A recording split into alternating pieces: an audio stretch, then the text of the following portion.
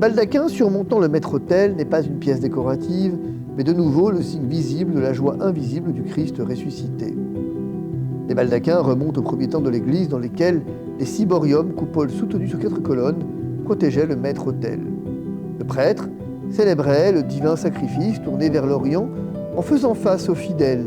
Mais au moment de la consécration de l'hostie, des rideaux, glissant sur des tringles placés entre les colonnes, masquaient, pendant un instant, l'autel et l'officiant.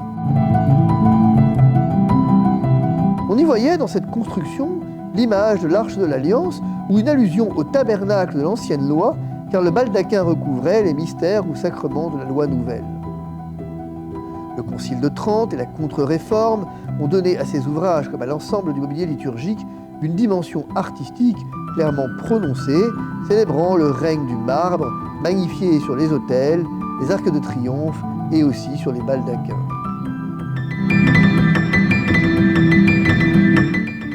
C'est évidemment le cas de ce baldaquin commandé par le pape Benoît XIV sur les dessins de Fuga. Il est soutenu par les 4 colonnes de porphyre d'ordre corinthien entourées de palmes dorées, le tout surplombé de 6 anges sculptés par Pierre Bracci. L'art déployé dans une église est merveille pour nos yeux, comme les chants liturgiques le sont pour nos oreilles. Mais l'un comme l'autre ont d'abord vocation à nous mettre en chemin, à nous faire prendre la route de la Jérusalem céleste dont parle l'Apocalypse et que chaque église, chaque basilique ou cathédrale signifie déjà.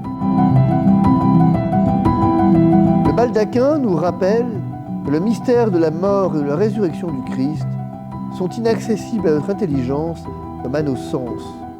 Il nous rappelle puissamment que l'autel n'est pas une table sur laquelle on commémorerait un événement du passé, mi-nostalgique, mi-distrait. L'Eucharistie n'est pas un souvenir mais un mémorial, elle est commencement d'une vie nouvelle qui s'accomplit en Christ et qui est notre joie parfaite. Descendons vers la chapelle de la Confession où sont conservées, selon la tradition, les reliques de la mangeoire qui abrita l'enfant Jésus.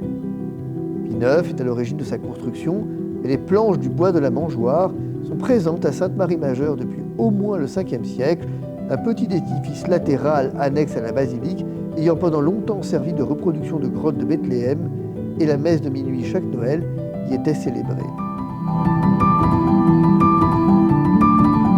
La statue en marbre blanc de Pie IX nous rappelle que c'est lui qui a proclamé le dogme de l'Immaculée Conception, dont le culte était déjà célébré depuis le 9e siècle dans l'Église d'Occident. Marie est première en chemin, Marie est première sur le chemin de la joie, elle a ouvert pour nous les portes de l'allégresse.